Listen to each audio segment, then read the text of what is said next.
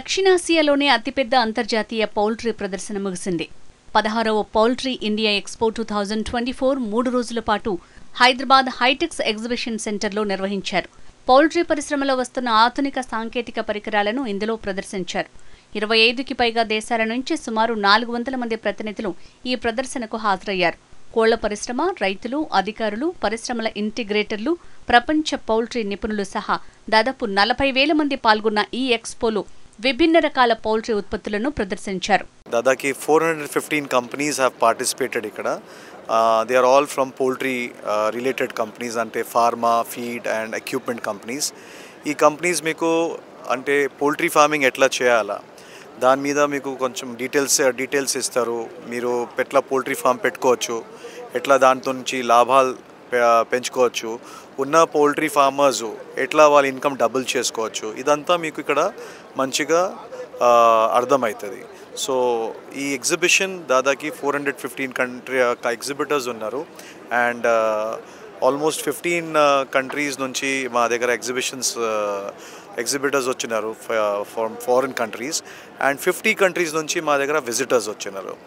దీనివల్ల మా Indian equipments, Indian breed is world wide accepted. అంటే అంతా ఫారిన్ కంట్రీస్ నుంచి దే ఎక్స్పెక్ట్ దట్ ఇండియా మన దగ్గర చాలా మంచి పౌల్ట్రీ ప్రాక్టీసెస్ ఉన్నది. మంచి ప్రాక్టీస్తోని మన ఎట్లా ఇన్కమ్ డబుల్ చేసుకోవాలా, ఎట్లా మనము లాభాల్లో రావాలా, చిన్న రైతు నుంచి పెద్ద పౌల్ట్రీ ఫార్మర్ దాకా దీనికి ఒక ప్రిన్సిపల్గా తీసుకుంటే ఎట్లా మనం ముందుగా పోవచ్చు, ఒక సిరీస్ ఆఫ్ అండర్స్టాండింగ్. ఎందుకంటే ఇక్కడ స్పీకర్స్ కూడా చాలా టెక్నికల్ స్పీకర్స్ వస్తారు.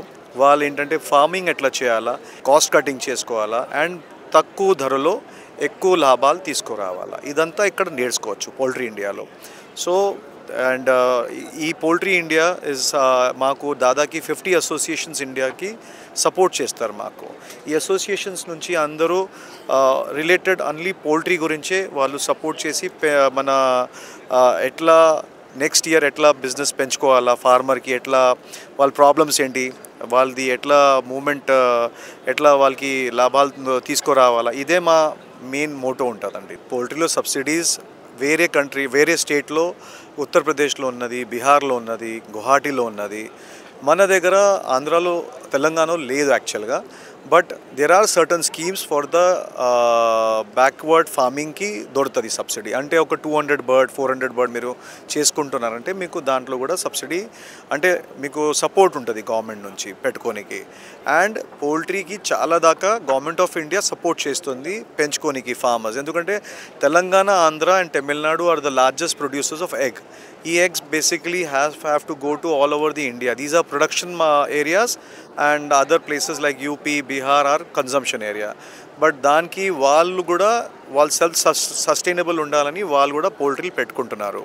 సో దాన్ని బట్టి ఈ షోలో అందరు వస్తారు, ఎవ్రీ స్టేట్ నుంచి వచ్చి ఏం కొనాలా, ఎట్లా ఫార్మింగ్ చేసుకోవాలా నేర్చుకుంటారు. చిన్న ఫార్మర్స్కి ఒక బెస్ట్ ఏంటంటే ఇక్కడ ఇంటిగ్రేషన్ అని మన దగ్గర చాలా మంచిగా నడుస్తుంది. వాళ్ళ రేట్లో చాలా పెద్ద కంపెనీస్ ఇంటిగ్రేషన్స్కి ఎంకరేజ్ చేస్తున్నారు. దాంట్లో మీ దగ్గర ల్యాండ్ ఉంటే మీరు షెడ్ కట్టుకొని మీరు ఎక్విప్మెంట్ వాళ్ళే సపోర్ట్ చేస్తారు, ఫీడ్ వాళ్ళే సపోర్ట్ చేస్తారు, బర్డ్ వాళ్ళే ఇస్తారు. మీరు వాళ్ళకి పెంచేసి ఇచ్చేస్తే వాళ్ళు మీకు లాభాలు దాంట్లో ఇస్తారు. అంటే సెల్ఫ్ ఎంప్లాయ్మెంట్కి చాలా బాగుంటుంది ఇది. మీరు ఎవరి మీద కూడా జాబ్ చేయడానికి అవసరం లేదు. మీరు ఒక వైఫ్ అండ్ హస్బెండ్, ఒక ఫ్యామిలీ హాయిగా you can maintain your basic standard of living very happily. So that is what నేను చూసి ప్రాజెక్ట్ రిపోర్ట్ చాలా హ్యాపీ ఫీల్ చేస్తున్నాను. మా ఇండియన్ కంపెనీ చాలా దాకా దానికి సపోర్ట్ చేస్తున్నారు. సో మీ దగ్గర ల్యాండ్ ఉంటే మీరు అప్రోచ్ అవ్వండి. మంచి ఇంటిగ్రేషన్ కంపెనీ చాలా ఉన్నారు. లేకుంటే మా పౌల్ట్రీ ఇండియాకి అప్రోచ్ చేయండి, మేము మీకు అసిస్టెన్స్ ఇస్తాము. ఏ కంపెనీకి మీరు అప్రోచ్ అవ్వచ్చు చేసుకోవచ్చు. దాదాపు మన మ్యాక్సిమం కంపెనీస్ మన తెలంగాణలో ఉన్నారు. Scope is very good sir. ఎందుకంటే ఇప్పుడు కూడా మన దగ్గర broiler industry is increasing at a price of 8% and layer at 6%. ఎందుకంటే మన కన్జంప్షన్ చాలా తక్కువ ఉన్నది. ఇప్పుడు కూడా మీరు కంపేర్ చేస్తే జపాన్, వేరే ఫారిన్ కంట్రీస్ నుంచి మనం హార్డ్లీ మన egg consumption is 110 eggs or 20 eggs per year. After COVID మనకి కొంచెం ఇంక్రీజ్ అయింది. బట్ దాదాకి we should consume at least 1 egg, అంటే 360 eggs కన్జంప్షన్కి అట్లీస్ట్ మనం రావాలా. సో స్కోప్ చాలా ఉన్నది. ఇంకా ఏంటంటే మనకి వీఆర్ మాల్ న్యూట్రిషన్ ఉన్నాం మనకి ప్రోటీన్ ఏంటి, కార్బోహైడ్రేట్ అంటే ఏం తెలియదు. ఓన్లీ ఒక్కటే తెలుసు, మనకు కడుపు నిండాలా. కడుపు నిండాలంటే రైస్ తినాలా, లేకుంటే ఇడ్లీ తినాలా, దోశ తినాలా, అదే ఉంటుంది. But we have to go for certain protein kind of a feed which is important for a person. ప్రోటీన్తోని మీకు కార్బోహైడ్రేట్స్ కొంచెం తగ్గుతుంది, మీరు ఫిట్ ఉంటారు అండ్ హెల్దీ ఉంటారు, లైఫ్ స్టైల్ చాలా బాగా ఉంటుంది మీకు. ఇదంతా మీరు ఎగ్ కన్జంప్షన్తో లేకుంటే చికెన్ కన్జంప్షన్ చేసుకోవచ్చు. So this is a good scope మనకి. చాలామందికి బ్లాక్ సోల్జర్ ఫ్లై గురించి ఇనే ఉంటారు. బ్లాక్ సోల్జర్ ఫ్లై అనే ఒక ఇన్సెక్ట్ని, దాని లార్వాని ప్రపంచంలో అన్ని చోట్ల జరిగేది ఏంటంటే లైవ్ స్టాక్ ఫుడ్ కింద వాడతారు. అంటే వేస్ట్ని డీకంపోజ్ చేసి అది వర్మీ కంపోస్ట్ లాగా మారుస్తుంది. దాని తర్వాత ఆ లార్వాని తీసి కోళ్ళకి చేపలకి ఫుడ్గా వేస్తారు. కానీ మాది ఒక యూనిక్ కాన్సెప్ట్ అండి. నేను ఒక 20 years పౌల్ట్రీ ఇండస్ట్రీలో వర్క్ చేశాను. పౌల్ట్రీ ఇండస్ట్రీలో ఉండే మేజర్ ప్రాబ్లము పొల్యూషన్ అంటే house fly, bad smell, ammonia. ఈ 3 ప్రాబ్లమ్స్ వల్ల ప్రొడక్టివిటీ తగ్గుతుంది, చుట్టుపక్కల అందరికి ఇబ్బంది ఉంటుంది. సో దానికోసం మెయిన్గా ఈగలను కంట్రోల్ చేయడం కోసం రకరకాల మందులు స్ప్రే చేస్తుంటారు. ఈ మందులు స్ప్రే చేయడం వల్ల ఏం జరుగుతుందంటే ఈగలకి రెసిస్టెన్స్ పవర్ పెరిగి మరింత పవర్ఫుల్గా వస్తాయి. ఈ లోపల ఏం జరుగుతుంది, మంచి ఇన్సెక్ట్స్ మొత్తం చచ్చిపోతాయి. అంటే ఫార్మర్కి ఉపయోగపడే ఇన్సెక్ట్స్ ఉంటాయి కదా, అవి చచ్చిపోతాయి అన్నమాట. సో ఈ ఈగలను కంట్రోల్ చేయడానికి మనం ఈ బ్లాక్ సోల్జర్ ఫ్లై లార్వాని, బేబీ లార్వాని వాడుతున్నాం అనమాట. ఈ బేబీ లార్వాని నెలకొకసారి మనం ఎర్త్వామ్ ఎలా అయితే, ఎర్రలు అంటారు కదా, ఎర్రలు ఎలా అయితే మనకి ఆవు పేడని వర్మీ కంపోస్ట్ లాగా మారుస్తాయో, అట్లాగే ఈ baby larva, black soldier fly baby larva poultry మెన్యూర్లో మనం డిప్లాయ్ చేస్తే వర్మీ కంపోస్ట్ లాగా మారుస్తుంది. సైమల్టేనియస్గా ఈగలు, వాసన, అమోనియా కంట్రోల్ అవుతాయి. అంటే ఒక్క యాక్టివిటీతో మల్టిపుల్ ప్రాబ్లమ్స్ని సాల్వ్ చేయగలుగుతాము. ఫర్ ఎగ్జాంపుల్ ఈగలు లేవనుకోండి, ముందు డిసీజ్ క్యారియర్ అయిన ఈగ లేకపోతే మనకి డిసీజ్ ప్రాబ్లమ్స్ తగ్గుతాయి. అమోనియా లేకపోతే ఆక్సిజన్ లెవెల్ పెరుగుతుంది, ఆక్సిజన్ లెవెల్ పెరిగితే ప్రొడక్టివిటీ పెరుగుతుంది. అట్లాగే బ్యాడ్ స్మెల్ లేకపోతే చుట్టుపక్కల వాళ్ళకి ఎవరికి ఇబ్బంది లేకుండా ఉంటుంది. అదే కాకుండా మనకి 1 to 2% ప్రొడక్టివిటీ పెరుగుతుంది. ఈ పొల్యూషన్ కంట్రోల్ కనుక అయిపోతే పెరుగుతుంది. తర్వాత మనం రోజు మందులు కొట్టే పని లేదు, అసలు మందులు కంప్లీట్గా ఆపేసేయాలి. ఎటువంటివి ఈగలు కంట్రోల్ చేసే మందులు ఏదైతే వాడతామో లేకపోతే ఫీడ్లో ఇస్తామో అవన్నీ పూర్తిగా ఆపేసేయాలి. దాన్ని చల్లడానికి రోజు మనుషులు కావాలి, ఆ మనుషులతో పని లేదు. ఇక రోజు అవి స్ప్రే చేయడానికి కావాల్సిన ఎక్విప్మెంట్తో కూడా పని లేదు. అది కాకుండా ఈ మందులు పూర్తిగా ఆపేయడం వల్ల ఎన్విరాన్మెంట్ పూర్తిగా మంచి ఎకో సిస్టమ్ డెవలప్ అవుతుంది. ఈ ఎరువుని ఆ చివరికి మనకు ఆ ఎరువు వస్తుంది కదా, మామూలుగా కోళ్ళ ఎరువుని పొలాలకు వాడుతుంటాము. ఈ ఎరువు ఇంకొంచెం మంచిగా తయారవుతుంది. అంటే అగ్రికల్చర్ పర్పస్ పొలాలకు కానీ, ప్లాంటేషన్ కానీ, పూల తోటలకు కానీ, పండ్ల తోటలకు కానీ ఈ ఎరువు మరింత ఉపయోగకరంగా తయారవుతుంది. దానివల్ల వాళ్ళకి ప్రొడక్టివిటీ పెరుగుతుంది. వాళ్ళ ప్రొడక్టివిటీ పెరిగితే ఎరువు మనకు కొంచెం, అంటే ఫార్మర్ పాయింట్ ఆఫ్ వ్యూలో ఫార్మర్కి కొంచెం ఒక ₹1-2 ఎక్స్ట్రా కాస్ట్కి సేల్ చేయగలుగుతారు.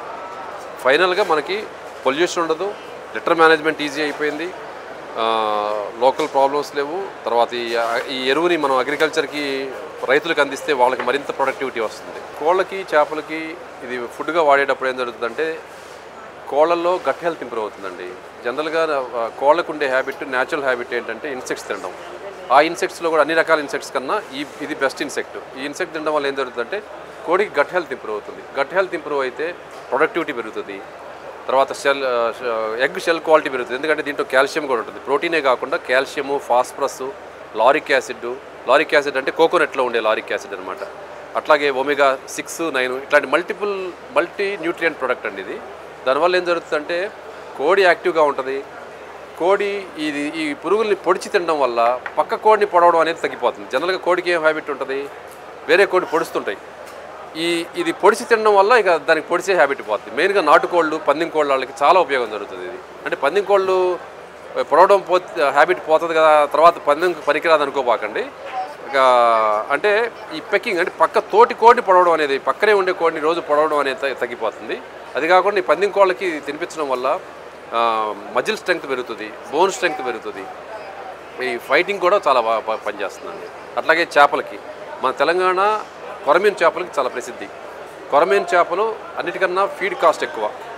ప్లస్ ఈ కొరమీను చేపకి ఇది మనం 90% ఇచ్చేయచ్చు. అంటే కోళ్ళకైతే 20%, 30% వాడతాము లైవ్లో కానీ, డ్రైలో కానీ.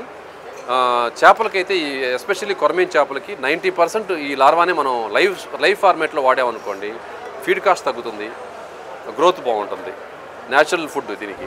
సార్ ఇది 1200 కెపాసిటీ మిషన్ అండి. ఇది వారానికి వచ్చేసి 400 సెట్టింగ్ చేసుకోవచ్చండి గుడ్లు.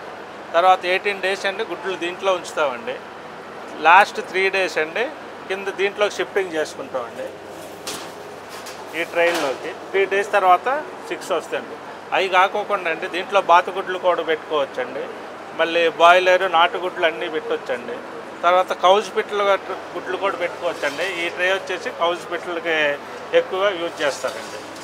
మాది మినిమం 300 కెపాసిటీ నుంచి 60,000 దాకా మేము మిషన్లు తయారు చేస్తామండి. పవర్ దీనికి వచ్చేసి 3 kV పడుతుంది.